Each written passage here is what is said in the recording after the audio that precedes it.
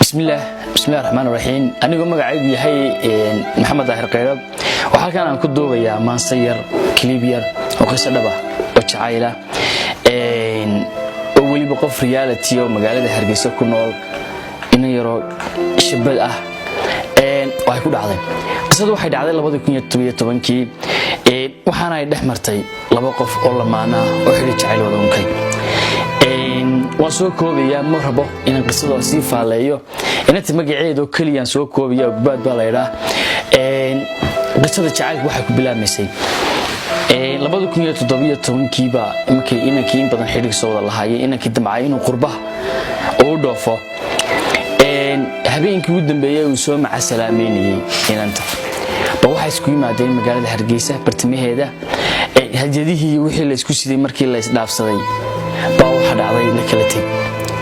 in yarka bacdi baa inantii la soo hadlay waxa lagu lambarkaas miyaad garanaysaa saytir haayo waa hebel tan waxa dhacday inantii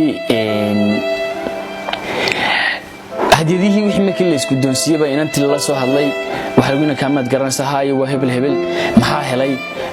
inankaas shil buu galay si degdeg ah u soo aray inantii way rumaysan weyday waxa meeshan lagu ciyaarayo waa loo tilmaamay markii soo dul istaagtay waxay soo dul istaagtay dhiigii iyo wixii ilaa inankii gaari baa jiray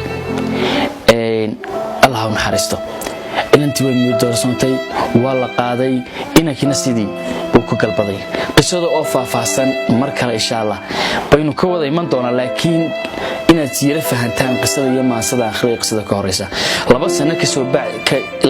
ka soo wareegtay maalintu inanka dhintay marka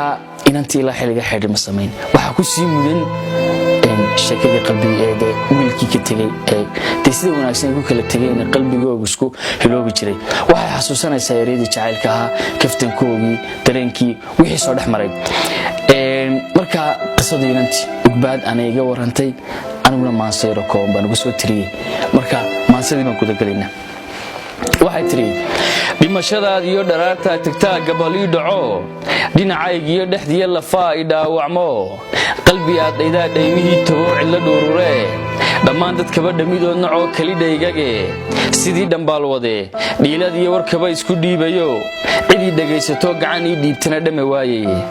qalbi doohanoo dhay caashiqiyo dheeftiis bartaa dhimashadaadu runtii dhaawacmo soo dhololaye dhaayahaygiyo dheehaagiibaa dheehaagii muddo dhowrayo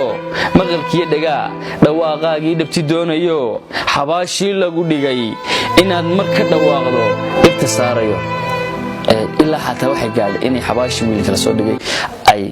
dareen jacayl dhig awgii ay soo dhagaysato armu inuu magaciisa aad ka maqasho amba hebel amba erey keliya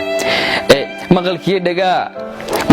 dhagaa dhawaaqaagii dhabti doonayo xabaashii lagu dhagay inaad mar ka dhawaaqdo dhigta saarayo haashaqii dhabta ahaa kama dhammaan adduunkoo anigu igu dhacayo i dhex qaade ruuxaan dhabtaydiya ku qaaday dhabarka ma dhaqaajiyo ma dheelmaday caawaba soo waa dhibaate iga dheeraa dhakhtarkii dhihi jiray boogahaygoo dhaymadii ma waayey asal dhalad midkii dhuuxiya lafaa unugyada dhiigiyo dhex qaaday maanka ma dhirbaaxe waayo xusuustiisu igama dhammaato dharaariya haweenba way igu soo dhacdaaye qadar dhacay eersamaayee duur waan ka dhuubtee intaanan la dhiban qalbiga yaanu dhiibaa maansadii intaasaan ku soo koobayaa iyadoo caadiyo reality qisadii dhaban waxaan jeclaan xataa in inantii soo hor istaagto oo qisadii dareenka jacaylka idinka waranto intaas markaa ku soo koobaya billahi tawfiiq